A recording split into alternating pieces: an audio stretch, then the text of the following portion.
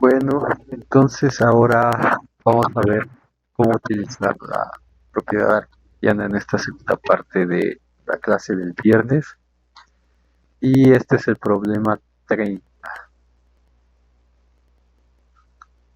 Problema 30 de la tarea que no se preguntará en un hipotético examen. Y dice, a ver, déjenme checar aquí. En el Classroom dice obtener el conjunto de los intervalos.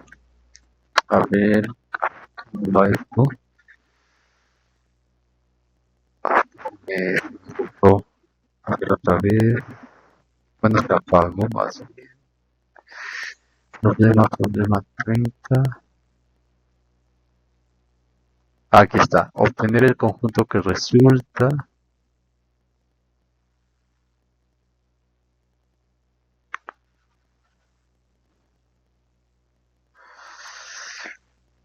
de las siguientes intersecciones infinitas.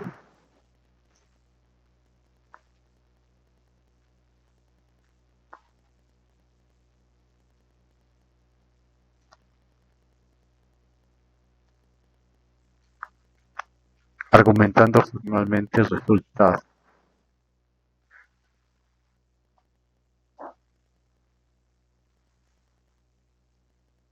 El resultado obtenido.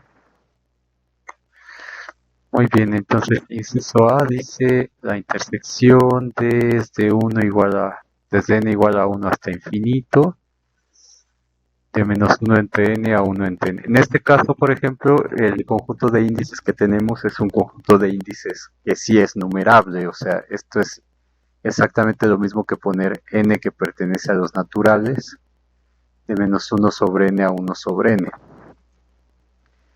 Muy bien, entonces hay que argumentar según esto formalmente, es decir, utilizando la propiedad arquimediana o divisibilidad infinita. Bueno, lo que podemos ver es que si tenemos el intervalo 0, 1, bueno, más bien, tenemos el 0 aquí. Y esto, por ejemplo, si n vale 1, entonces estamos en el intervalo 1 menos 1. O sea, si n es igual a 1, el intervalo es menos 1, 1. Luego si n vale 2, estaríamos en el 1 medio menos 1 medio. Si n vale 2, estaríamos menos 1 medio, 1 medio. Si n vale 3, estaríamos 1 tercio, menos 1 tercio. Si n vale 4, etcétera, ¿no? Creo que se ve más o menos cómo se van juntando los intervalos. Entonces, estas cosas van a ir cerrándose cada vez más. Y el 1 siempre va a estar en medio de los dos. Entonces, los extremos de estos intervalos siempre, se van a ir aproximando a 0. Es decir, los extremos izquierdos van a formar, los extremos izquierdos que es 1 entre n, va a formar una sucesión decreciente, perdón.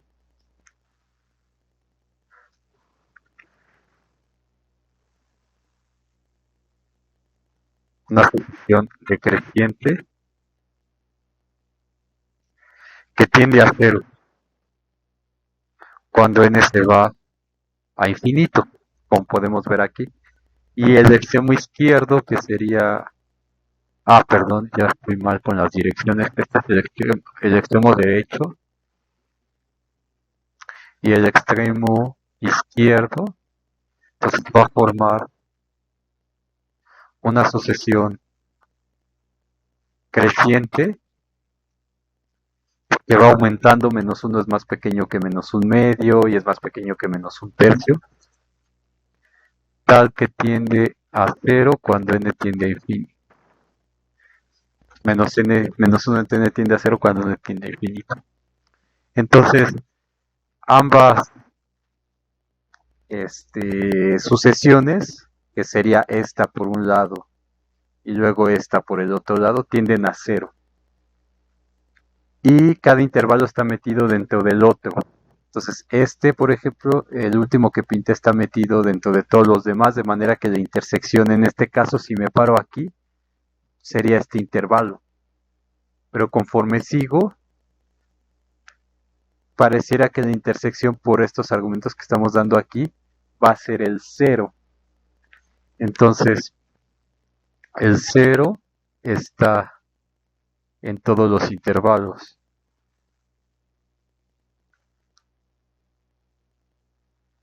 Menos 1 sobre n, 1 sobre n. ¿Por qué? Pues porque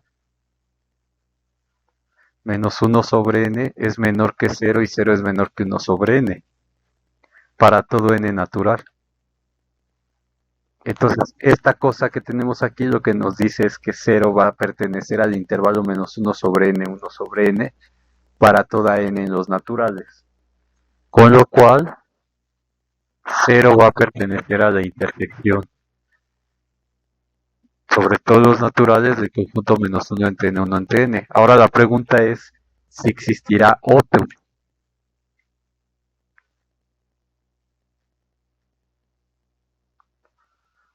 elemento en la intersección. ¿Existirá otro? Bueno, pues vamos a tomar tenemos aquí el 0 y aquí tenemos el 1 entre n. Entonces vamos a tomar un x que esté del lado derecho. Entonces sea x mayor que 0. Y obviamente pertenece a la recta. Entonces, por el principio de divisibilidad infinita, queremos un número menor a x.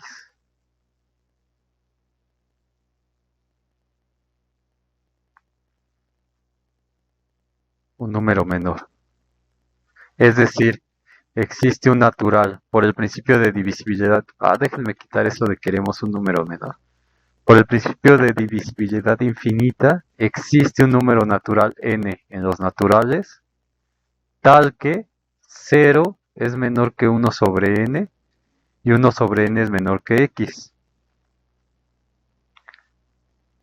¿Verdad? Eso es lo que dice el principio de divisibilidad infinita y ya hemos demostrado que ese principio es equivalente a la propiedad arquimediana, entonces podemos usar indistintamente cualquiera de los dos. Entonces aquí está, para todo x en el campo y x positivo existe un natural tal que 0 es menor que 1 entre n menor que x. Que es lo que tenemos aquí. Entonces, la propiedad, el principio de divisibilidad infinita nos dice que x es mayor que 1 entre n. Y lo mismo, si x es menor que 0, entonces menos x es mayor que 0 y eso quiere decir que existe una n natural tal que 0 es menor que 1 entre n menor que menos x, es decir, que x, si multiplico todo por menos, cambia el sentido de la desigualdad, entonces x es menor que menos 1 entre n. Entonces si tengo menos 1 entre n, aquí le puse la n chiquita, pero tendría la n aquí. Y ahora tengo el x negativo y tengo menos 1 entre n. Entonces lo que me está diciendo esto es que la x siempre va a estar afuera y no está dentro como lo había puesto aquí, si es que estuviera, ¿no? Entonces la x siempre va a ser mayor que 1 entre n si es positiva. Y si es negativa, entonces eso quiere decir que va a ser menor que menos 1 entre n, es decir, va a estar de este lado. Entonces, ¿qué significa eso? Pues eso implica que x, bueno, de hecho ahí ya está hecho. Eso implica que x no está,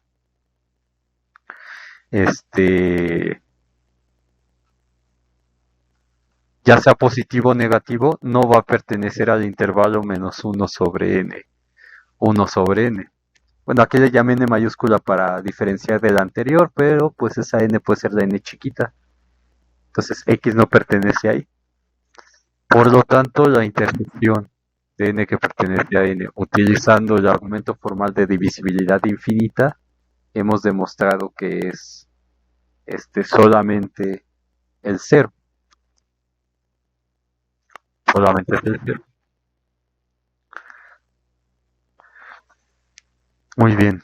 A ver, vamos a ver otro. Déjenme checar. El A, el inciso B, pues es similar, nada más que son cerrados.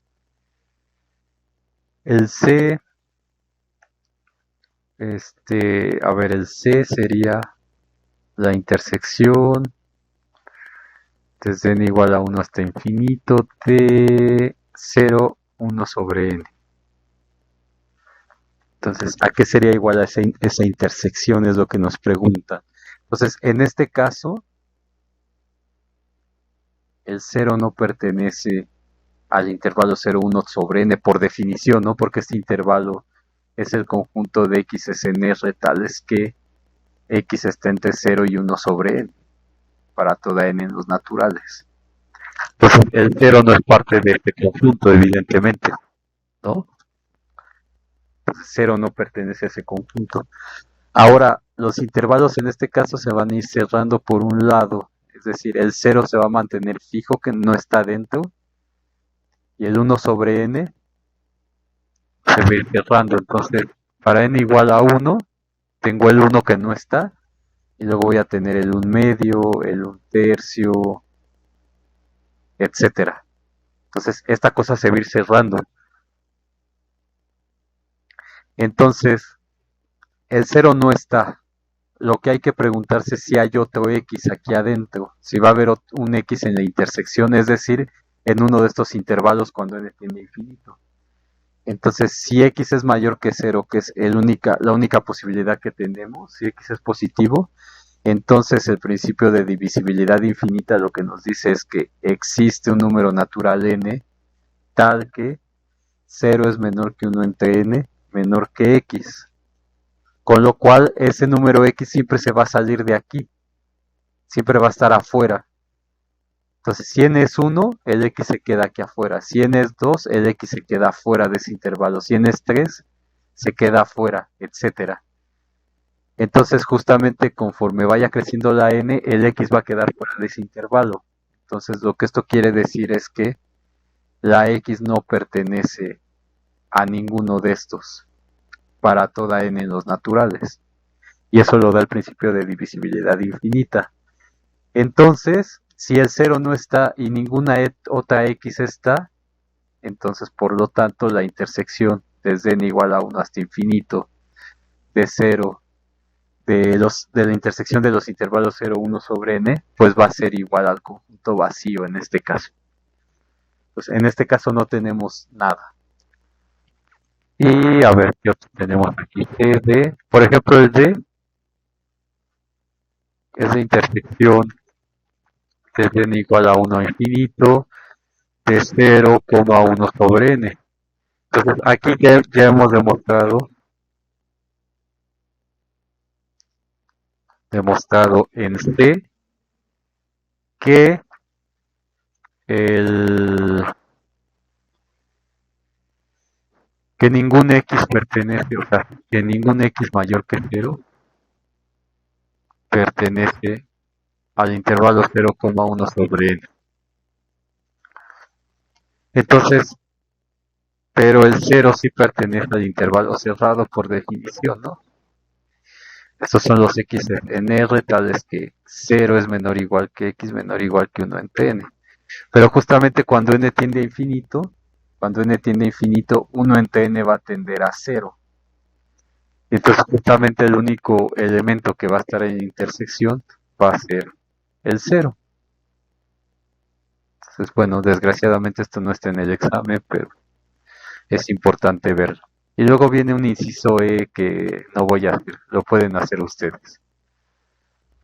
Un ejemplo de cómo usar la propiedad arquimediana para demostrar cosas al respecto a estos intervalos. Ahora, esto, bueno, si tienen sus notas y vemos lo de topología, que no creo, quizás hasta cálculo 3, a lo mejor mencione algo más adelante.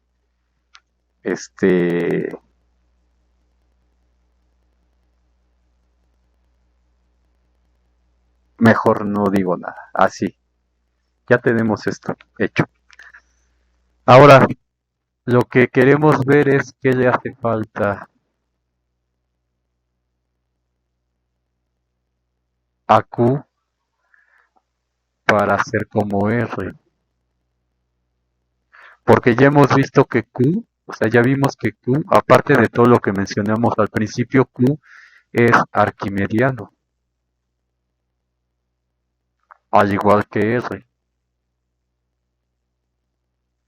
Eso no lo he demostrado, pero digamos, eso no lo he demostrado. No lo hemos demostrado. Pero ahorita que haga el ejemplo para ver que este Q no necesariamente es completo, este va a ser la misma demostración para ver que R es más bien completo, sí, cierto, perdón. Entonces, no hemos demostrado que R es arquimediano, pero la demostración pues sería análoga al de Q. Sí, me estaba confundiendo. Q sí ya demostramos que es arquimediano, ¿no? Es un campo ordenado arquimediano. Entonces, como Q es el campo más pequeño contenido en cualquier otro campo y, F y R, los reales son campo, entonces de una manera similar podemos demostrar que R es arquimediano, ¿no? Evidentemente tendríamos que tomar las expansiones decimales en general y hacer algo parecido a lo que hicimos aquí para mostrar ese hecho. Entonces eso lo pueden hacer ustedes. Lo pueden hacer ustedes. Que es lo que había yo pedido antes. Y esto lo vamos a mostrar después también mediante otra cosa, pero lo pueden hacer ustedes de forma similar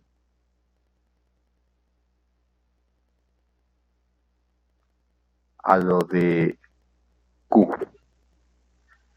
Ok, entonces R es campo, es ordenado, es arquimediano.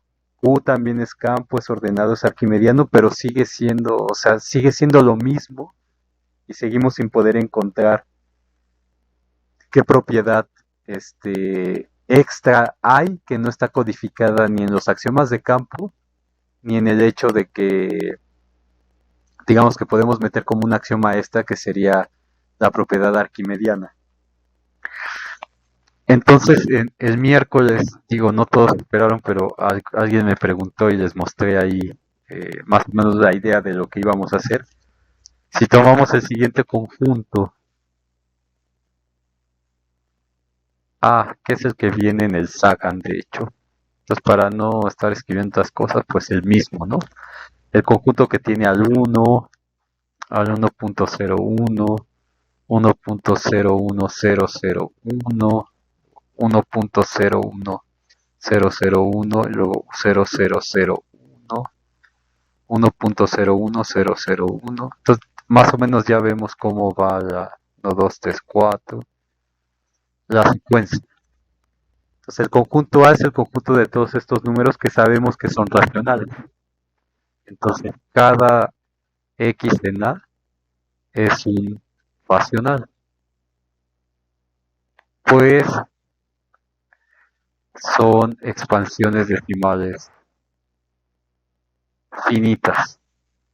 Y aunque no demostramos esto de manera formal, vimos como una expansión decimal finita la podemos convertir en una expansión, en un número racional, ¿no? Que era esto de que pues me agarro x igual, por ejemplo, a entonces veo cuántos números hay que mover el punto decimal, entonces multiplico 10 a la 2 por x igual a 101, y entonces x sería 101 entre 10 al cuadrado, que es 100, donde los dos son naturales, entonces ese punto es un número racional. Eso ya lo habíamos visto antes, nada más para recordar.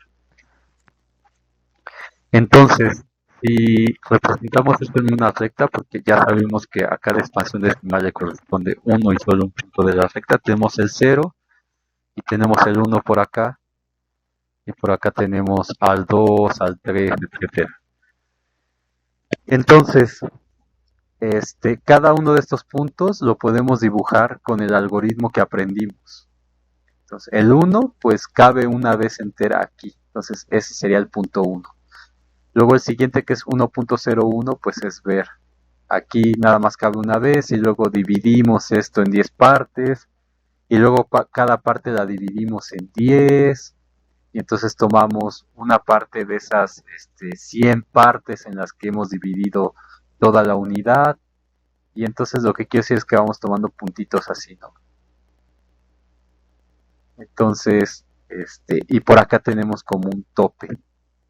Entonces vamos tomando los puntitos así.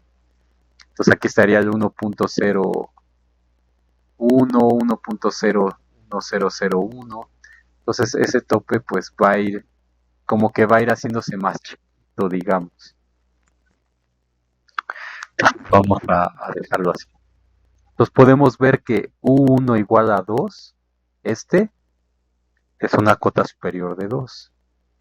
Y ahorita vamos a definir qué es eso, cota superior de 2. Es decir, que A es menor que 2 para todo A en A. Entonces, cota superior quiere decir que este número, el 2, es más grande que cualquier elemento del conjunto A.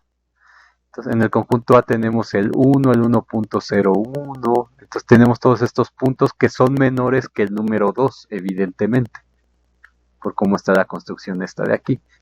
Ahora, pero no es la única cota que podemos tener, porque el siguiente número sería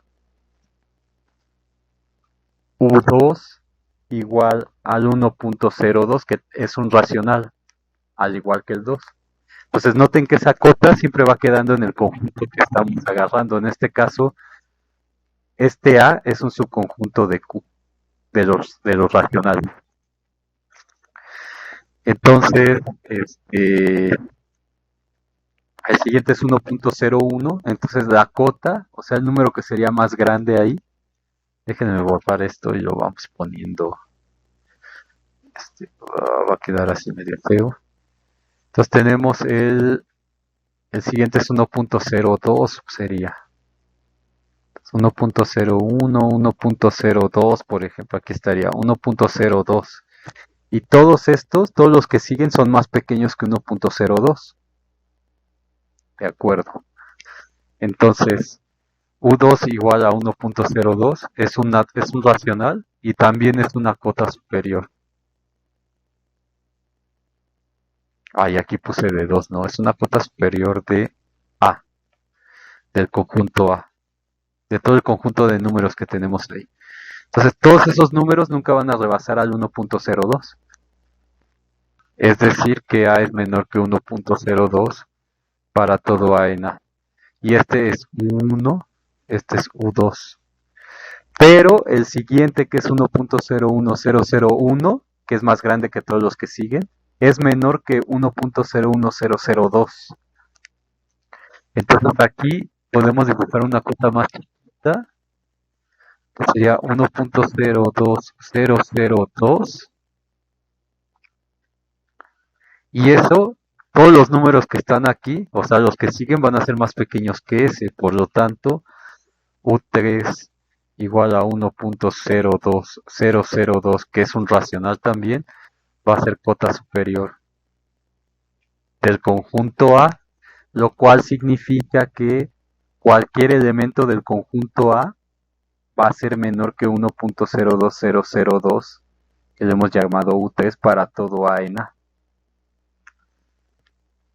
Y si seguimos aquí, pues la siguiente cota sería 1.01001. Vamos a ponerla. Entonces podemos tener una cota que sería la U4. Entonces U4 sería 1.020010002. Eso sería una cota superior de A. Es decir, A sería más pequeño que U4 para todo A en A. Ahora lo que vamos viendo es que podemos continuar de esta manera, de manera que tengamos un U5 que sería 0.0. Aquí le puse 2, no sé por qué, perdón, es 1 en todos los casos, lo siento. Un U5 que sería 1.01, 001, 0001 y luego 00002. Sería una cota también.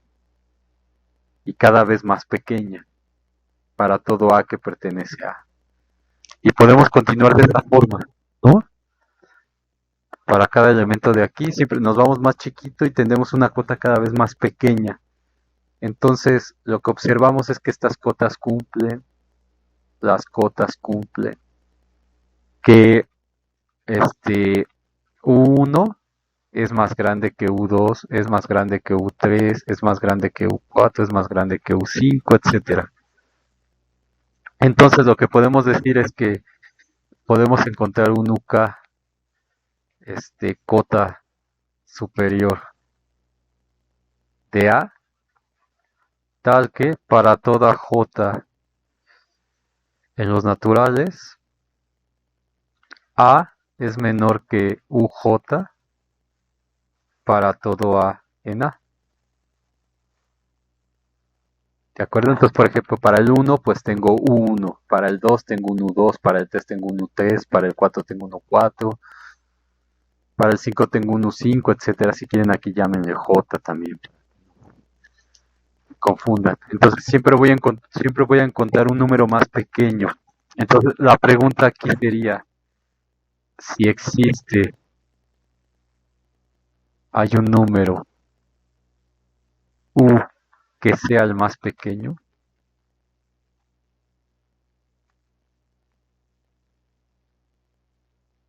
El más pequeño de todos. Es decir, tal que A es menor que U para toda A en A y U es menor que UJ para toda J en N. Esa sería la pregunta. O sea, si existe la cota más pequeña. Entonces, aquí vemos que no. En este ejemplo no, porque la construcción sucesiva de estas cotas superiores que hemos encontrado es una sucesión decreciente.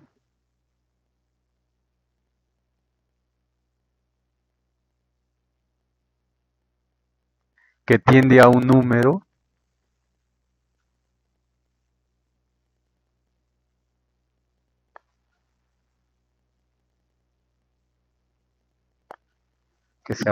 que tiende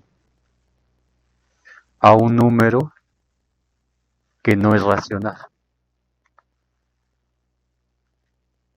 Es decir, a un número que no está en nuestro conjunto Q.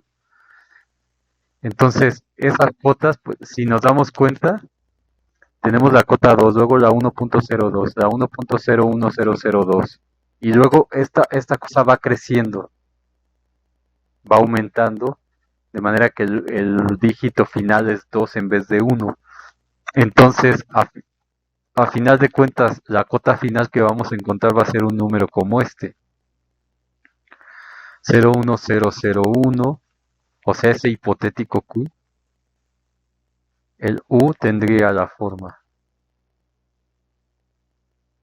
1.01001, etcétera. Luego 1, 2, 3, 4, 1, 2, 3, 4, 5, 1, 2, 3, 4, 5, 6, que no es periódico. 7, etcétera. Entonces, este no está en Q porque no es una expansión infinita periódica.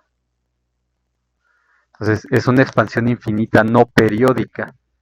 Y como ya vimos cuando revisamos las expansiones, este tipo de cosas no son números racionales. Los únicos que son números racionales son las expansiones finitas y las expansiones infinitas periódicas. Entonces parece ser, o sea, lo que tenemos aquí en la recta es que hay un número por aquí que sí es el más pequeño de todos estos. La recta quiere este número que es el más pequeño, pero este número que es el punto 01, 001, etcétera, ese punto no es un número racional. Pues si no es un número racional, tiene que ser irracional, entonces FU es un número irracional. Entonces, ¿qué aprendimos? ¿Qué hemos aprendido de este ejemplo? Que si le pegamos aquí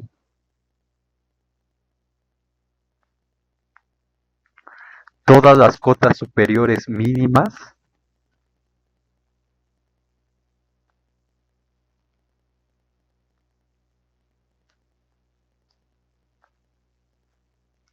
de todos los conjuntos, de todos los conjuntos de números racionales,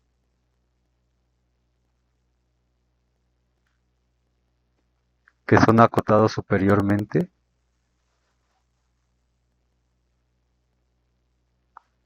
o acotados por arriba, que es lo mismo,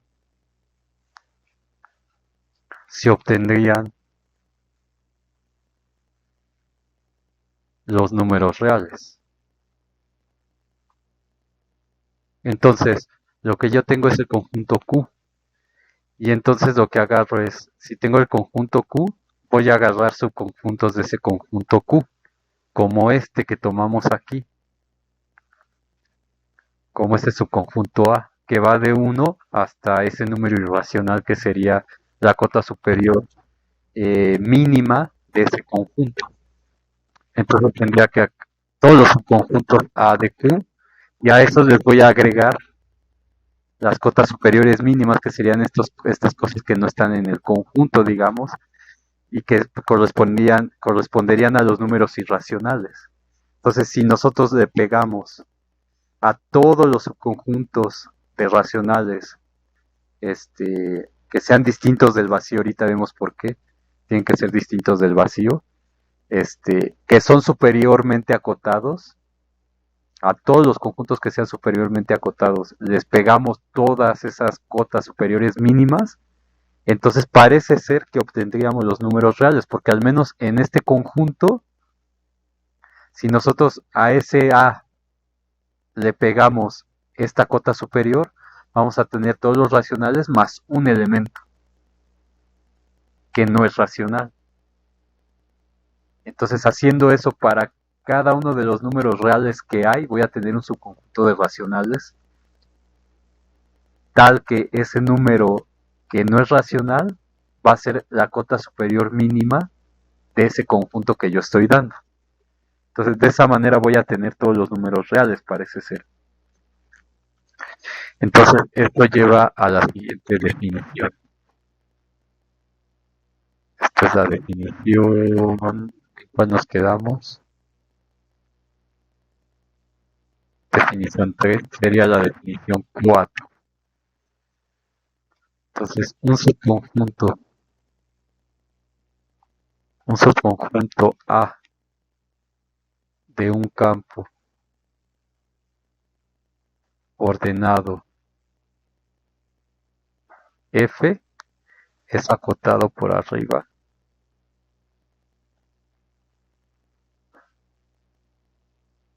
o es acotado superiormente.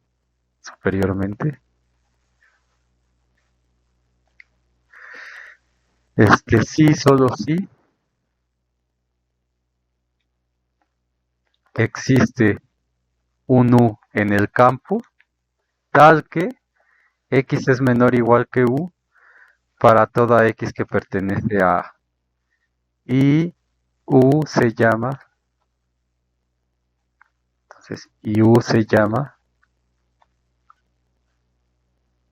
cota superior.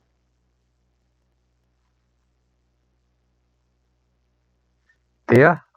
¿Qué es lo que pusimos aquí, no? Si teníamos este conjunto A que va de 1 hasta esta cosa, ese es nuestro conjunto A.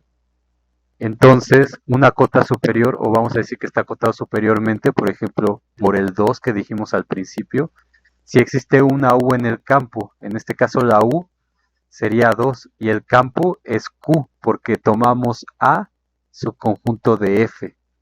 En este caso tomamos A subconjunto de los racionales. En este caso, los racionales son el campo, lo que está aquí en la definición. Y lo que dice esto es acotado por arriba, sí, solo sí existe una U en F, en este caso 2, tal que x es menor o igual que 2 para todo x en A. Entonces todos estos x que teníamos aquí son menores que este 2, de hecho menor estricto. Y lo mismo pasa con las otras cotas que fuimos dando. La U2, la U3, la U4. Entonces se ve por qué la definición tiene que ser de esta manera, ¿ok? Y evidentemente tenemos una definición análoga cuando está acotado inferiormente. Esta la voy a poner en azul. Entonces vamos a decir que A es acotado por abajo o inferiormente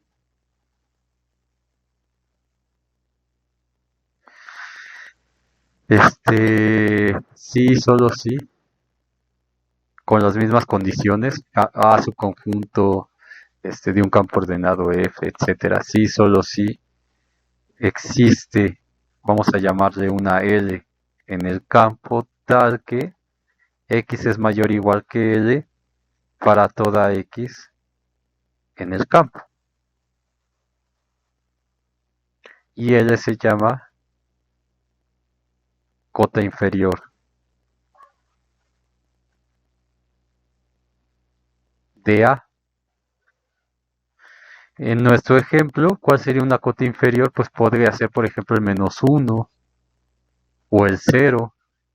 Entonces, esa cota inferior cumple que x es mayor o igual que -1, cualquier x aquí, en A. Esa sería una cota inferior. Entonces, ese conjunto A que dimos es tanto inferiormente como superiormente acotado en Q, en nuestro caso. Ahora, si tiene las dos cotas, vamos a decir que es acotado.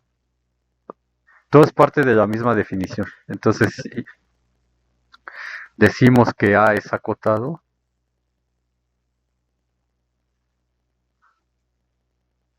simplemente acotado, sí, solo sí, existen U y L, cota superior y cota inferior, respectivamente, tales que L es menor o igual que X, menor o igual que U para toda X en A. Entonces, como vemos aquí, lo que quiere decir es que todos los elementos de A tienen que quedar como ensanduichados entre dos números. Entonces, si eso pasa, el conjunto se llama acotado en general. Muy bien, entonces vamos a ver algunos ejemplos así rápidos. De todas maneras, en la tarea tienen los que les puse, que hasta les marqué que era importante que los hicieran. Por ejemplo, el problema 24. Entonces, ahí tienen eso para practicar. Entonces, por ejemplo, N, ejemplo 1, N es igual a 1, 2, 3, etcétera, no es, no es acotado superiormente.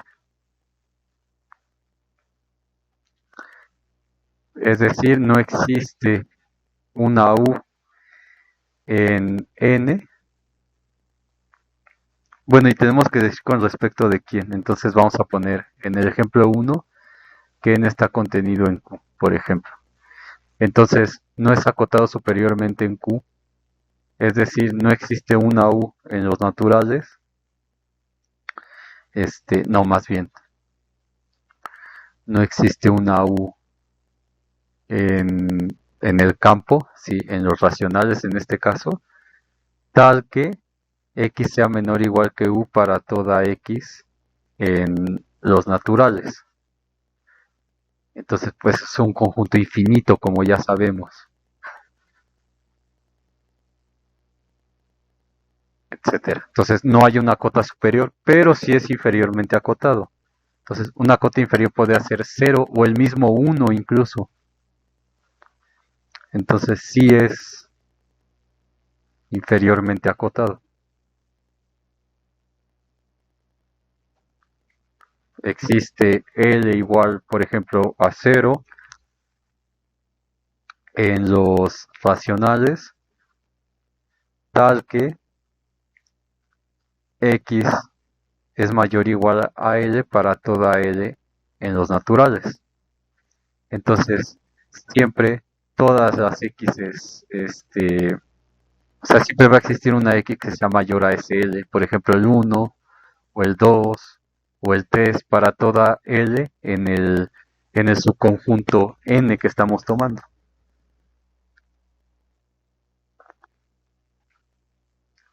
Ah, perdón, para toda L, para toda X, perdón, para toda X en N. Entonces ahí está un ejemplo de un conjunto que es acotado inferiormente, pero no es acotado superiormente. Y aquí podemos observar que la mayor de las cotas inferiores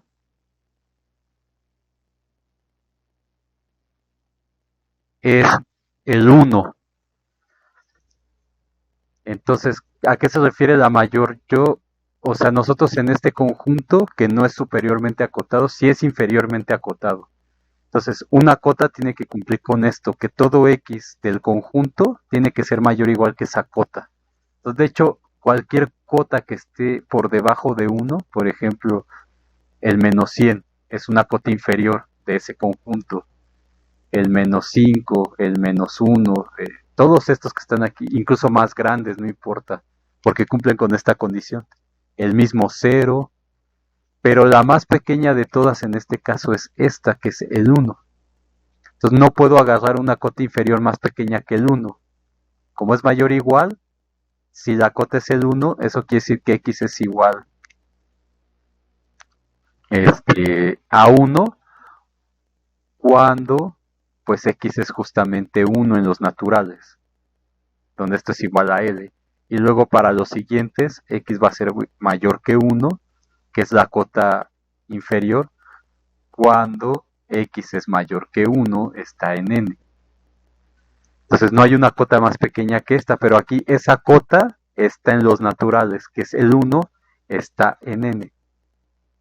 Entonces esto es muy importante para lo que vamos a hacer después, para ver que los números racionales justamente no cumplen con eso, que era lo que teníamos acá en este ejemplo, que la más pequeña de todas las cotas superiores, entonces todas las cotas superiores son estas que están hasta acá de este lado, la más pequeña de ellas era un número que no está en los racionales, que es este. Entonces en ese caso el conjunto no es acotado y es un hoyo que tiene, es un hoyo de la recta, uno de los hoyos de la recta que falta por cubrir. Ok, vamos a ver otro ejemplo. Ejemplo 2. Digamos que tenemos el conjunto uno, un medio, un tercio, un cuarto, etcétera. Un conjunto infinito. Este conjunto claramente es un subconjunto de Q. Entonces aquí Q es el campo y este es el conjunto A. Entonces, ¿qué es lo que tenemos? Tenemos el punto uno, luego por acá está el cero y vamos teniendo esta sucesión de términos aquí, ¿no? Entonces se va pegando al cero justamente. Entonces, por ejemplo, aquí este, está acotado, A está acotado superiormente por cualquier número mayor a uno, mayor a uno. Entonces, esa cota superior puede ser, no sé, el 1000 o el 100 o el 980 o el 7, el 2, siempre y cuando sea racional, ¿no? El 3 medios, etcétera. Entonces cualquier número mayor que uno está acotado superiormente. Y la cota más pequeña, entonces se puede ver que la cota superior más pequeña de todas estas grandes que se van aproximando a una, que en este caso coincide con el uno, que es un racional. Es uno, que es un número racional que está en el campo. Entonces, como está en el campo, ese uno pertenece a Q, que es la más pequeña. Y por abajo, entonces, esto lo que va a significar, entonces, ese número uno va a ser el supremo de este conjunto. Eso ahorita lo vamos a definir bien. Digamos, va a ser la más pequeña de todas las cotas superiores. En este caso aquí la más pequeña es el uno. Acá no hay. En este ejemplo no hay cota superior más pequeña que esté en el mismo campo de los racionales. Si hay una cota más pequeña que todas, pero esa cota que corresponde a todo este número infinito no es elemento del campo. Entonces esa cosa es un agujero que no está en la recta. Y aquí pues no hay problema porque ese 1 sí está en Q. Entonces este conjunto tiene supremo en los racionales. Por ejemplo, entonces con este conjunto no hay problema, es acotado y va a tener una cota superior mínima que va a estar en el conjunto. Y lo mismo la cota superior máxima. Este conjunto es superiormente acotado por cosas más grandes, ¿no? Un montón, menos 100, no sé, menos un millón, menos 96, menos 35, etcétera, menos uno, o menos un medio.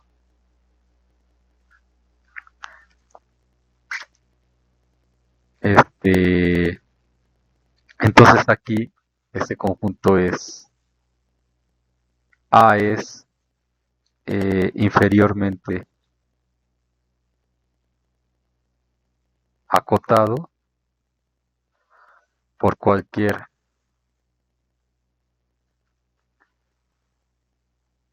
racional menor a cero. Entonces aquí déjenme ponerle por cualquier racional, más bien, menor que cero. Entonces, cero, justamente cero es la cota inferior más grande. Y ese cero está en los racionales también. Entonces, este conjunto es superiormente acotado e inferior, o sea, es acotado en general, con la definición, es acotado. Porque es inferiormente acotado y superiormente acotado. Y tiene supremo, o sea, tiene una cota inferior máxima que esté en Q y una cota inferior, perdón, una cota superior mínima que esté en Q. Entonces, este conjunto vamos a decir que tiene supremo e ínfimo. Entonces, este conjunto lo voy a poner aquí adelantándose un poco a lo que vamos a definir. Este conjunto, entonces A tiene ínfimo y supremo en Q. Ok, entonces, a ver,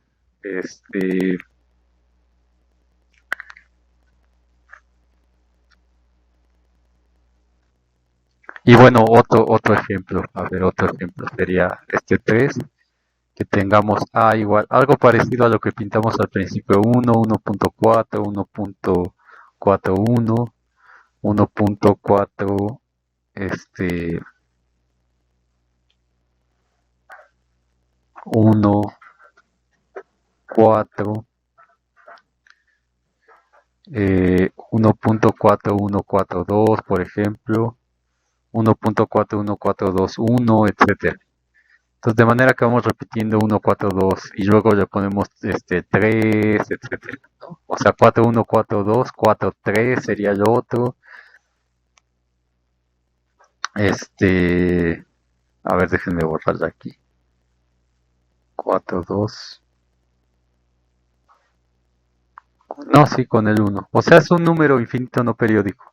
Entonces, este conjunto es algo que se ve aquí en 1 y no va a rebasar, por ejemplo, el 1.5. Entonces, A es acotado. Entonces, tiene tanto cotas inferiores como cotas superiores. Y de hecho, este 1 es la mayor cota inferior. Entonces tenemos cotas inferiores muy grandes y la mínima posible es 1, que todavía está en el conjunto. Estoy tomando ese conjunto A como un subconjunto de Q. Entonces siempre tengo que decir respecto de quién. Entonces si estoy en Q, la cota es la mayor cota inferior. Entonces vamos a decir que el ínfimo en este caso, lo vamos a denotar así adelantándonos, el ínfimo de A va a ser igual a 1. Pero no va a tener supremo. O sea, no hay cota superior mínima en este caso. Sí, porque puede ser el 1.5, el 1.42, etcétera. Y justamente lo que nos va a ir saliendo es un número que no está en los racionales, entonces no va a tener supremo en Q. Muy bien. O no tiene cota superior mínima.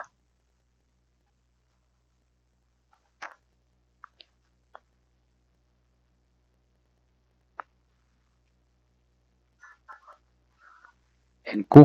Entonces ya nos adelantamos un poquito. ¿Qué va a ser el supremo? Va a ser una cota superior y va a ser la mínima de todas las cotas superiores. Y el ínfimo va a ser una cota inferior y además va a tener que cumplir con ser la más grande de todas las cotas inferiores en el conjunto U. Entonces, definición 5, ya casi acabamos por esta clase. Definición 5, si A está contenido en F, donde F, o vamos a decir sea F un campo ordenado. Un campo ordenado. Y A un subconjunto de F. Entonces, si A es acotado superiormente,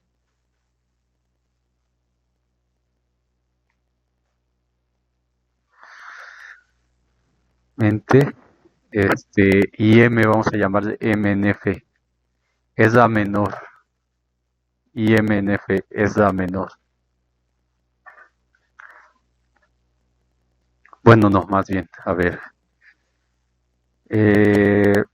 Si A es acotado superiormente y M es un elemento del campo, es la menor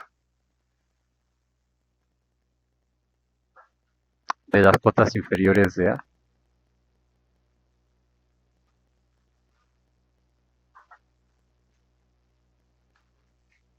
Decimos que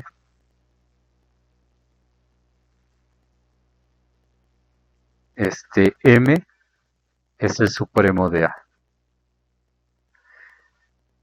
Entonces, si A es acotado superiormente y M es la menor de las cotas inferiores de A, entonces vamos a decir que M es el supremo de A. Es decir, en otras palabras, M es el supremo de A. Es lo mismo, es la misma definición, pero escrita de otra manera. Sí, solo sí.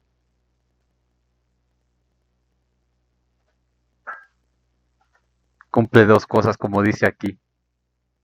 Es cota superior No, a ver, vamos a dejarlo así. F campo, si A es acotado superiormente y M es la menor de las cotas inferiores de A, decimos que M es el supremo de A, vamos a ponerle así. Y solo si, número uno, M es cota superior de A.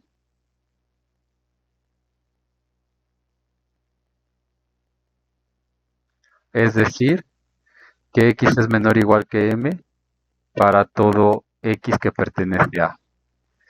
Y número 2, que M sea menor o igual que U para toda U cota superior de A. Y análogamente, lo ponemos aquí, y M que pertenece a F, M chiquita, es la mayor de las cotas, es la menor de las cotas superiores, aquí me equivoqué.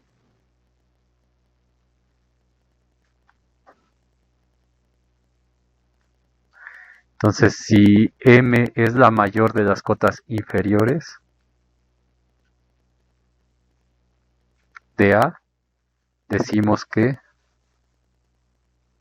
M chiquita es igual al ínfimo de A, si y solo si, número 1, M es cota inferior.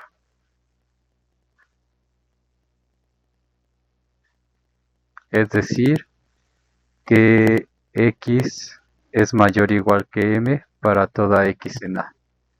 Y número 2, M es la mayor de las cotas inferiores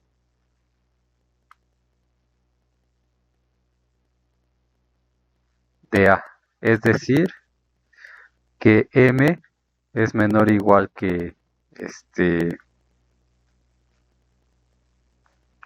no, más bien, que L es menor o igual que M para toda L cota inferior de A. Entonces es la más grande de las cotas inferiores de A. Es decir, que tenemos un conjunto, un subconjunto A de un campo, por ejemplo subconjunto A de un campo F. Entonces, si A es acotado superiormente y M es la menor de las cotas superiores,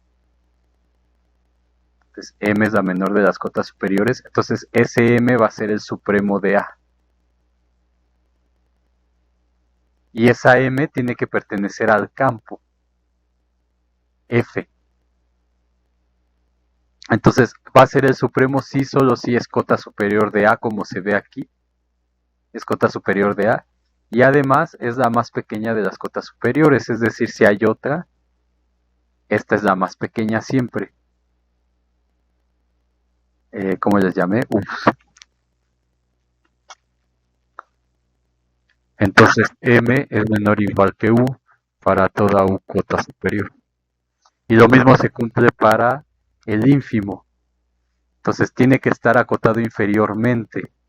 Y ahora esta cosa de aquí, que le llamamos M chiquita, va a ser el ínfimo de A, tiene que estar en F, y entonces es tal que cualquier otra cota superior, por ejemplo esta L, es menor o igual que M, siendo esta la más grande de todas las cotas inferiores. Entonces con eso ya se puede entender por qué decíamos acá que 1 es la mayor cota inferior, es decir, el ínfimo de A sería 1 en este caso. Entonces ese ínfimo que es 1 cumple que es cota inferior, es decir, que todos los elementos de A están por debajo de 1 y además es la más pequeña, o sea, dada cualquier otra cota, ese número siempre va a ser más pequeño que el 1. Y eso no se cumple, por ejemplo, aquí porque aunque el conjunto esté acotado superiormente por estas líneas azules, no hay uno que sea el más pequeño, porque justamente el más pequeño va a ser un número irracional que no está en Q, y se tiene que cumplir la condición de que esa cosa, que sea la cota superior más pequeña, tiene que estar en el campo. Entonces con esto, aquí lo dejamos. En la clase de mañana que no la puedo dar sincrónica por lo del paro y todo esto, pero les subo el material para que lo vea quien quiera hacerlo. Vamos a demostrar que esa cota, ese supremo o y ese ínfimo son únicos. Y vamos a demostrar que el campo Q no cumple esa propiedad. Y vamos a ver que esa propiedad es la que garantiza que la recta sea continua.